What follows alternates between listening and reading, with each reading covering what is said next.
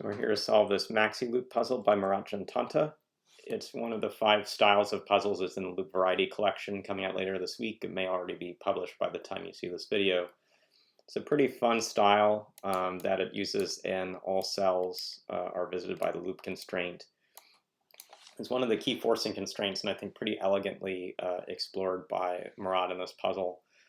One thing to note about this constraint, like in this outside region that has its longest loop section in this box being a 4, you have a situation where we would have a big problem if one of these edges that was near this corner were not crossed. So let's say this edge weren't crossed, we would end up getting 5 sections in a row. And this is true all around the grid. All these places are parts where the visit all cells constraint are pretty bad, that all of these things I just marked with an X are actually places the loop has to extend. If any of them weren't used, you would form an invalidly long path around the outside.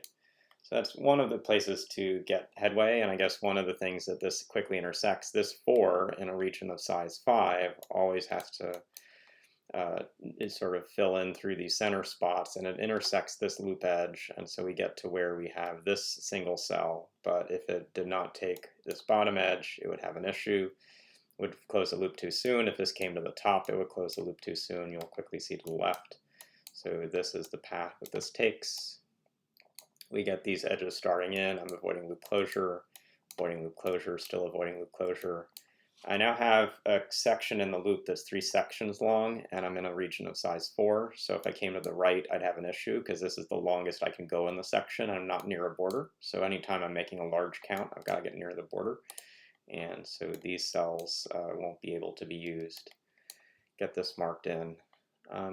There's equivalent things like this 3 is a pretty small number for some of the cells in the space, and a particular edge to look at is this one. Like across these 2 cells here, these have to be, they're each, both of the ends, however they went, are going to go sort of one away from a border. There's no border around these cells, and so if this were the middle cell, 1 out, 1 out, like that's okay. But crossing this edge, how am I going to take just 1 more cell and get out to the grid? Each of these needs 1 more to get over, so the minimum path would be a 4 if that edge were drawn. So this edge isn't used, and with this edge not being used, we now have a few constraints we can put in, which is now let's take a cell like this and say, well, what if we didn't take this edge? Well, if we don't take that edge, we quickly form a loop that closes too much on a cell. So there's a parity of loop ends where we always take this end as an example.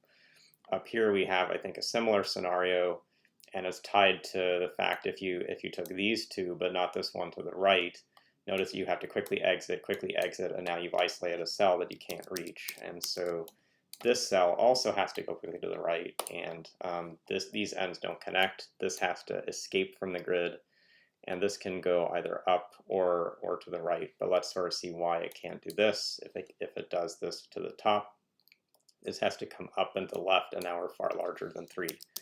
And so this rule of visiting all the cells as well as fitting the right size of these shapes is quite limiting, and the thing that we're running into a lot as we're working through this solve.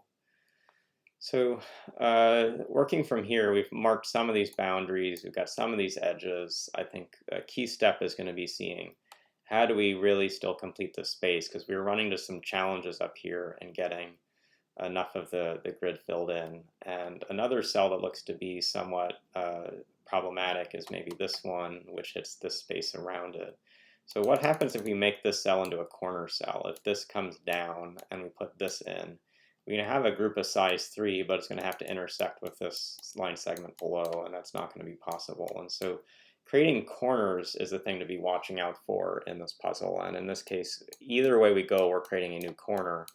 But the corner we can make is the one here, which is extending into a region that's not going to be too large, versus this one where we would cause an issue. So we form that corner, we're avoiding the loop closing, form this up, We've got half these coming across. This is avoiding the loop closing. This is also avoiding the loop closing. This is avoiding the loop closing, so we're just trying to make a full loop. This comes here, and to avoid the loop closing too soon, those ends come down. So it's a pretty full Maxi Loop solve, not the easiest of this style, but a great style for this Tuesday puzzle with that first aha kind of around the edges of the grid, which get you some turning points, particularly the seed that gets starred in this upper left corner. And then some thinking around this big region that has just a 3 long loop constraint, as you'll see in this section and this section. These middle cells that didn't have any cells near a border were the ones most constrained to get 3 cells used, and those constraints together did a lot to drive the whole solve. So hope you learned a little bit about Maxi Loop in this puzzle, and we'll see you again soon.